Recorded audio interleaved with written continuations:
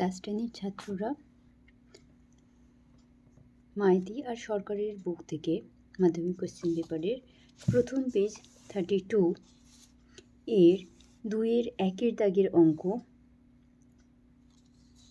এখানে যে কোনো 5টি অঙ্ক করতে বলা হয়েছে। শর্ট কোশ্চেন 1 নম্বরের আছে। পি প্লাস কিউ সংখ্যার গড় এক্স এর মধ্যে পি সংখ্যক সংখ্যার গড় ওয়াই হলে অবশিষ্ট কিউ সংখ্যক সংখ্যার গড় কত হবে? দেখো আমি এখানে করেছি পি প্লাস কিউ সংখ্যার গড় এক্স বলে দেওয়া হয়েছে, তাহলে আমরা লিখতে পারি পি প্লাস কিউ সংখ্যার সমষ্টি বাই পি প্লাস কিউ, সেটাই গড় হয়, তাহলে সেটা এক্সের সঙ্গে সমান। আবার বলে দেওয়া হয়েছে পি সংখ্যক সংখ্যার গড় ওয়াই, তাহলে আমরা কি লিখতে পারি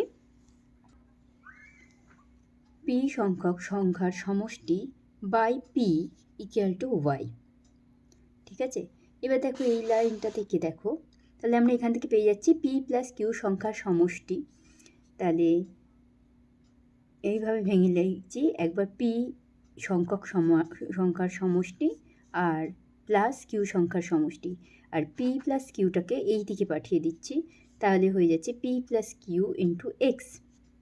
তাহলে আবার দেখো পি সংখ্যার সমষ্টি, এইটা আমরা এই জায়গা থেকে পেয়ে যাচ্ছি, এই যে এইখানটাকে ইউজ করে নিচ্ছি, পি সংখ্যার সমষ্টি সমান P into Y, P Y, তাহলে সেইটা বসিয়ে দেওয়া হয়েছে পি ওয়াই। আর যেরকম ছিল কিউ সংখ্যার সমষ্টিটা সেটা লিখে দিয়েছি, কিউ সংখ্যার সমষ্টি, কারণ আমাদের কাছে জানা নেই কিউ সংখ্যার সমষ্টি। আর এই দিকটা তো অলরেডি ওপরে ছিলই, এখানে P plus Q into x, সেখান থেকে P plus Q into x করা হয়েছে, সেটা যেরকম সেরকমই রাখা হয়েছে। এবার তাহলে এখান থেকে পেয়ে যাচ্ছি আমরা কিউ সংখ্যার সমষ্টি, কিউ সংখ্যার সমষ্টি সমান এইটা, আর এটা এদিকে চলে আসছে, মাইনাস করে দিলাম। তাহলে কিউ সংখ্যক সমষ্টি, সেটাকে কিউ দিয়ে যদি ভাগ করে দিই, সেটাই কি হলো কিউ সংখ্যার গড়।